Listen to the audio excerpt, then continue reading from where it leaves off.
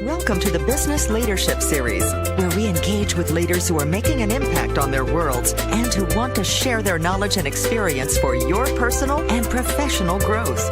The following interview is designed to inspire you to become the best leader you can be. Your host, Derek Champagne, is the founder and CEO of The Artist Evolution, a full-service agency building successful brands, marketing tools, and campaigns, and also the author of the best-selling book, Don't Buy a Duck. And now, let's begin today's Leadership Series interview. Welcome to the Business Leadership Series, where our goal is to inspire you to become the best leader that you can be. Our guest today, one of the first marketers to work with startups like Facebook in 2005, Chris Tuff. He's built his career surrounded by millennials while becoming one of the sought-out leaders in the digital marketing space. He's a partner at the advertising agency 22 Squared in Atlanta, Georgia, where he successfully attracts, motivates, and whispers to millennials every day. And we see these posts all the time on LinkedIn and elsewhere, people complaining about millennials. I am not one of those because we have many millennials working for us, and I could use a Millennial Whisperer myself. So, Christopher, you are also the author of the new book, The Millennial Whisperer, and thank you for joining us today. Yeah, absolutely. Thanks for having me on. So give us a little bit of background about you first, Chris, just kind of what makes you tick, a little more about your story, and then I want to jump right in and talk about your book. Sure. I mean, anyone who gets to, or, maybe has the privilege of seeing me in person, or people either love watching me make a speech or they get scared because of what my brother diagnosed me with as my passion disorder, which is I get so excited, and you'll probably hear it on the podcast. I get so excited about those things that both are around me and that drive me that I tend to knock things over with my hands, and my enthusiasm, as my third grade teacher said on my report card, is contagious. So, my big thing has been kind of what I call ruthless pursuit of passions. And so I kind of fell into the digital space after 64 failed job interviews following my graduation from Vanderbilt. And it was through that process that I started to figure out that, I'm a little bit creative, and I'm a little bit human oriented. And, I also have a huge appetite for this emerging world of the ever changing landscape within technology and media. And I kind of just fell into this place of being one of the first digital marketers working directly with Zuckerberg. I did have dinner with Zuckerberg once. He didn't say one thing to me, whole dinner. First time I've ever sat across from someone and no one said one thing to me. So, but I use that as my example of, especially as I'm trying to motivate this, anyone on my team is, life is a ruthless pursuit of passions. And I think it's not until that we really are unleashed in that area that we can truly excel. And I think that within our society, and I talk a little bit about it in the book, whether it be trying to please our parents or other things, are being attracted to money and, societal norms. I think that there are lots of things that get in our way of our own passions. And I think if employees feel like they are given the tools and the freedom to pursue those, the best is truly yet to come. That's great. So let's jump right into your book then, The Millennial Whisperer. Talk to me, what motivated you to write this book, and what can readers expect when they engage with this book?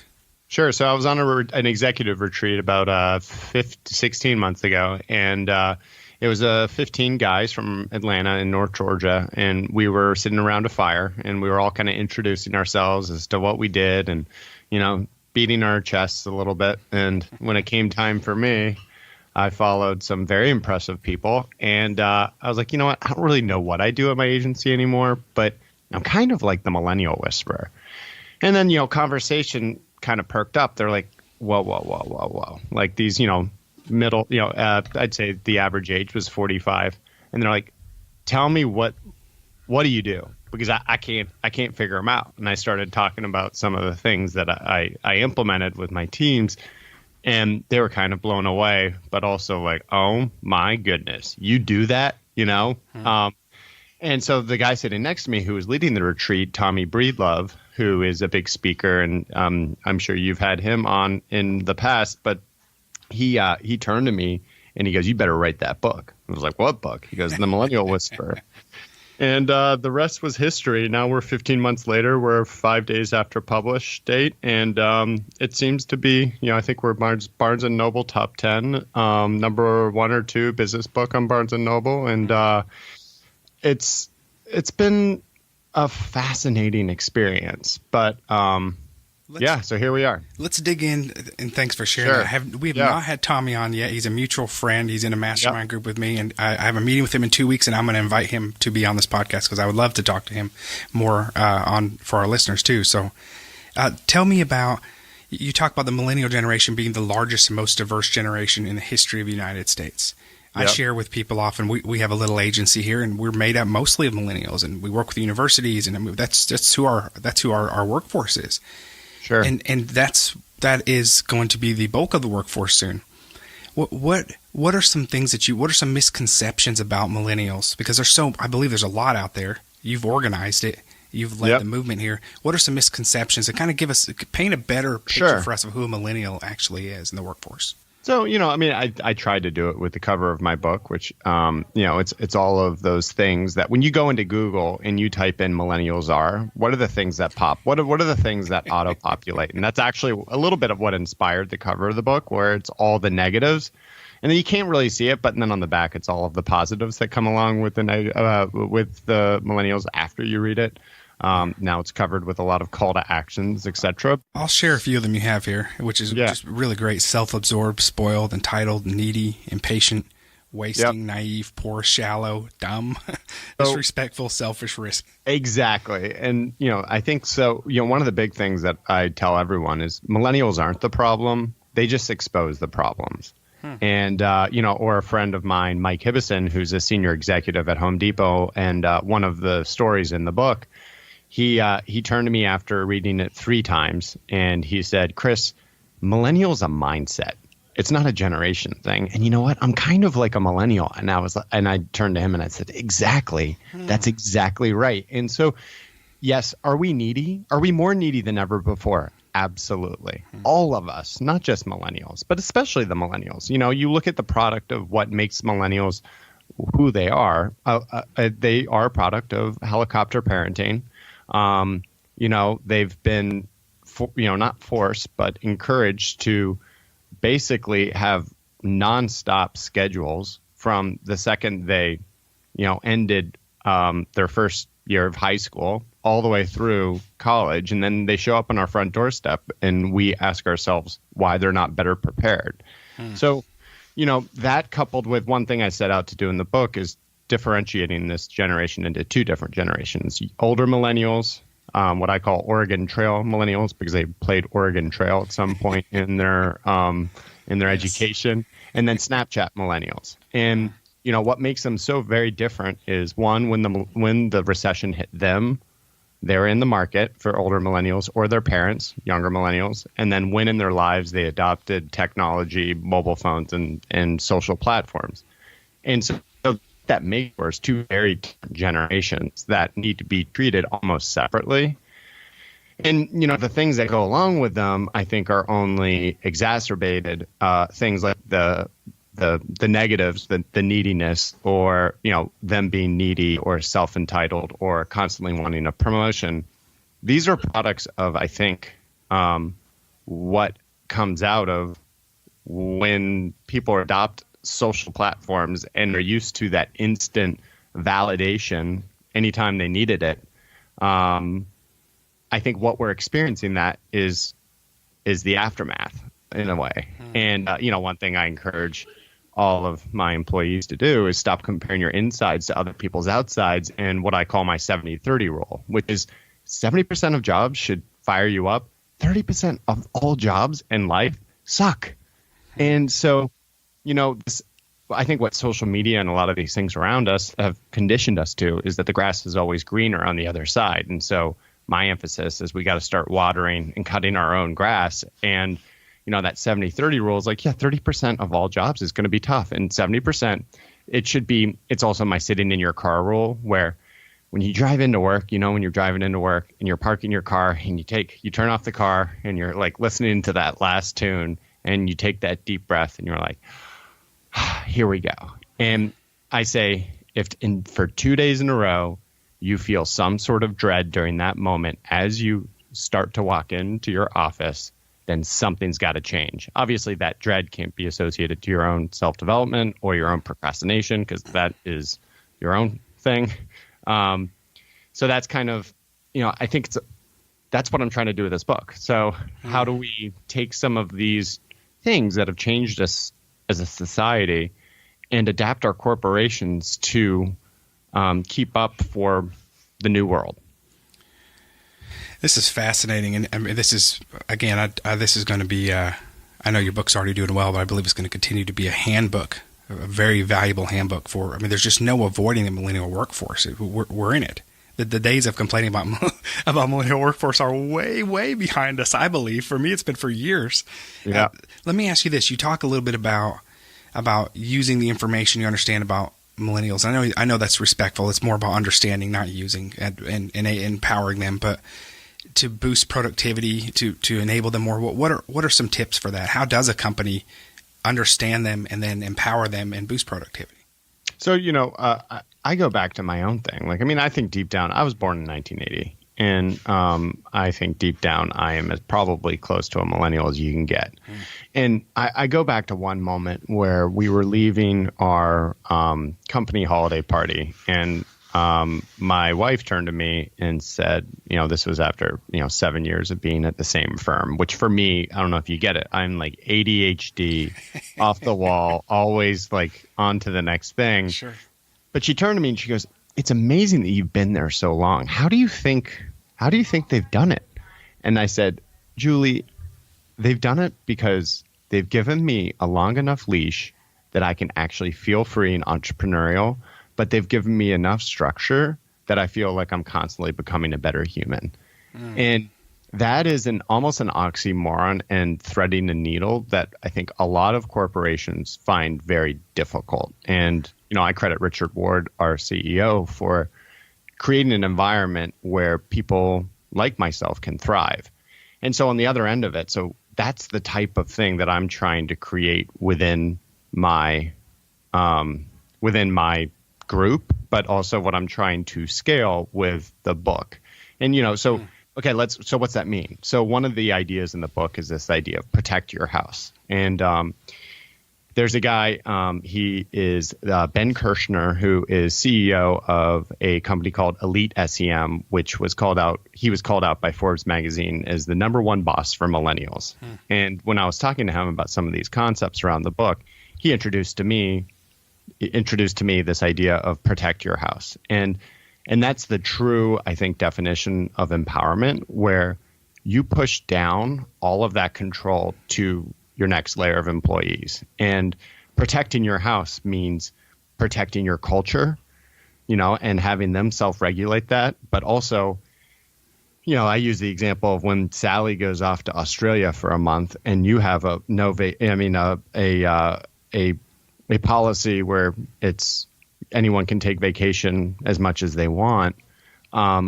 Sally comes back and the person that was covering for Sally is like, all right, tag, you're it. I'm now going away for a month. And what that does is it creates this environment of self-regulation, but also this idea of protecting your house. And I think when you push down that control and empowerment, what you'll find is that they'll protect the house a lot better than you will. Not only that, but it's a lot better than you coming down and say, I don't think this person fits or this person, or we always feel the need to come from the top all the way down, whereas empowerment takes the form in many different ways. I can definitely see this working for small companies. I get that completely. In our agency here, we practice a deep work culture where people have permission to do the great work, the deep work. I'm curious about how this fits as well for a larger company that has a so much more structured, top-down approach. Sure. How do you do that? Because that's important, I think, as well. Have you seen that work with bigger companies, and how have they done it?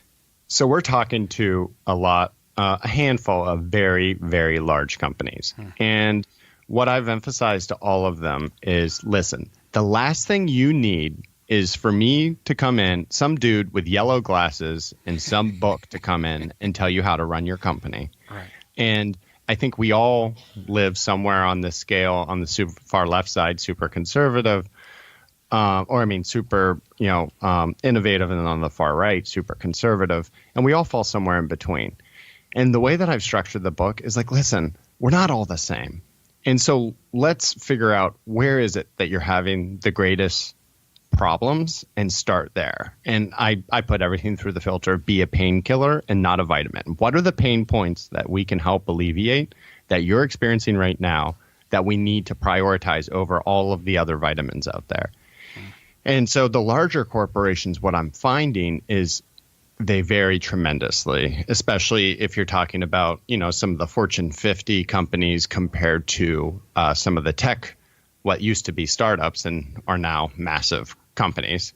The problems that they're experiencing are very different. So I would say, like, what I'm talking to the tech companies about is how do we help create a program where every single person in the company can help identify their own purpose? One thing I talk about in the book was how I worked with everyone on my team to identify their own purpose statements, which culminated in an amazing dinner where we sat around and everyone shared their purpose, and it was so impactful, I think. Wow. And probably one of the most rewarding of my career, something that Tommy Breedlove and I talk a lot about. We then map that purpose to their current job, and then our own company's purpose. Together we give rise to change, and we connect the dots. Mm-hmm. So it's creating programs like that with some of the more, innovative companies that are further along in creating cultures for millennials. And then for the more conservative ones, it's more of, all right, where do we need to start?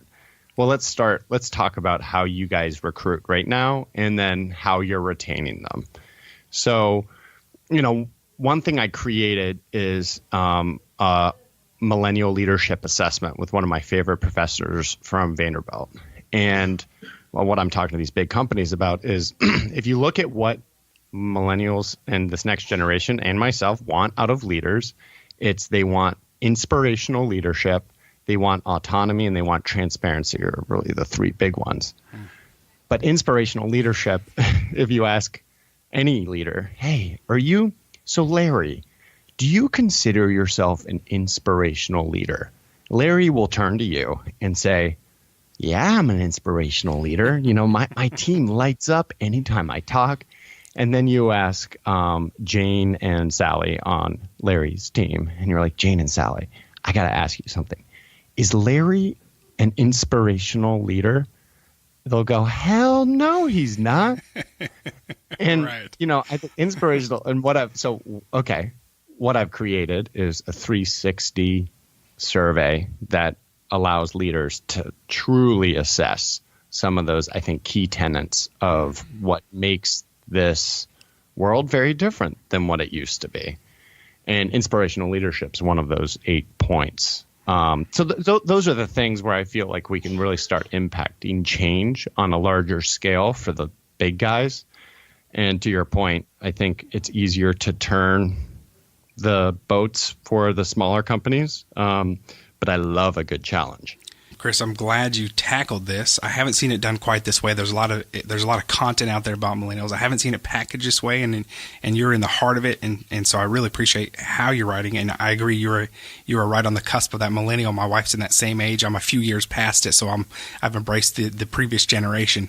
But I think I'm a millennial at heart as well, and I love the millennial as a mindset. Protect your house is great. I've got to ask you this because we have a ping pong table and we play foosball at 10 and 2 every day here.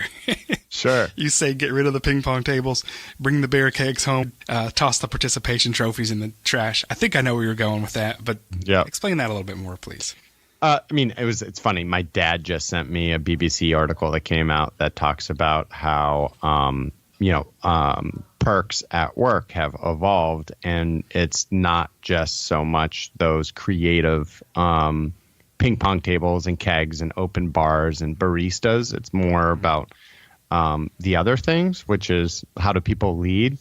How are companies providing work-life flexibility. There are a lot of things that any employee, especially millennial employees, will prioritize over perks such as ping pong tables. So I'm not saying that those are dumb or that you should just throw them out. I'm saying that there are a lot of things that should probably be prioritized before then. In the book, I use a story of someone I call Angela. And Angela came to me shaking her head because she was like, listen, I've hired a full-time barista. I have a cereal bar where people can pick from 30 different cereals in the morning. And I still have people quitting within the year. What can you tell me? And more cereal flavors, right? Exactly. Maybe that new Lucky Charms flavor with all marshmallows. So, in talking to her, I said, okay, great. So how are you motivating them? And, what's motivating? I asked a few questions and she was like, yeah, we're not doing any of those things. And I was like, all right, well, I might have a book for you in about 4 months.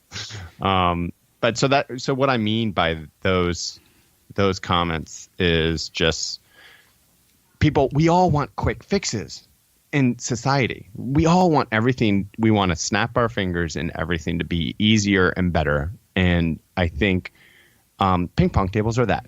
It's like, we'll buy a ping pong table and get a keg and have quick fixes. And unfortunately, the world doesn't work that way. Tommy tells me all the time that these things are muscles. And these are all muscles, right? These are all, as we adapt our corporations and companies to accommodate a new age of working and a new workforce, then we got to start developing these new muscles. And ping pong tables and the kegs and participation trophies are quick fixes to a much larger problem. And that's why I wrote the book. Again, this is the Business Leadership Series. Be an intentional leader is our tagline. I think this fits right in as looking at ourselves and saying, how are we at leading? How can we improve? And what are we missing? And how are we empowering? I really appreciate your message. Any final thoughts you want to share on the book? And then can you tell us how we can find your book? My final thoughts are, I deliberately brought examples of everything from restaurants to dental practices to Fortune 50 companies, because I think that everyone can benefit from this. And a key thing with theory is theory until applied. And what I've tried to do is, it's all based on a lot of data. But how we've then taken it is we've made it both in the form of stories as well as tactical kind of takeaways at the end. So I think people will find this book refreshing. I think they'll find that it applies to their business regardless of what type of business they're in or size. And if you want to pick one up, I would go to your local bookseller. It should be out there. And or at least in the next couple of weeks, they should be on the shelves. But if you go to Amazon, just look up The Millennial Whisperer, 2 L's, 2 N's. Millennial, I've learned to spell through the process of writing this book. And I have a lot of free resources on my webpage at themillennialwhisperer.com, including a free millennial leadership assessment, as well as a handful of other things. So definitely check that out. And Chris, thanks again. We have several authors on our show. There's several books, but this is, a few times I say this is a must read, and I would say this is a must read. This is something to have in your library that you want to have handy, that you want your leadership team to discuss as well. The Millennial Whisperer by Chris Tuff, the practical profit focused playbook for working with and motivating the world's largest generation. Chris, thank you again for being our guest, and we look forward to seeing how this book impacts others and for the next great things that you're going to be doing. Thanks so much, Derek. And, I end everything with, I think when your intentions, I'm going to lose a lot of money with this book. I didn't write this book to try to make myself famous or make a bunch of money. I wrote this book to try to change the world. And I think today we can all admit that we don't have it right. And this is my way of trying to at least move us in the right direction and in the place of how can we bring more love and empathy into our organizations, and how do we create more human-to-human connection? Because I think that is what we are so desperate for, and why I am not going to stop until I can affect the change that I think I was intended to do. So here we go. Let's do this. Well said, Chris. Thank you again. Take care. Thanks, Derek. You've been listening to the Business Leadership Series, where we engage with leaders who are making an impact on their worlds and who want to share their knowledge and experience for your personal and professional growth. This interview was designed to inspire you to become the best leader you can be.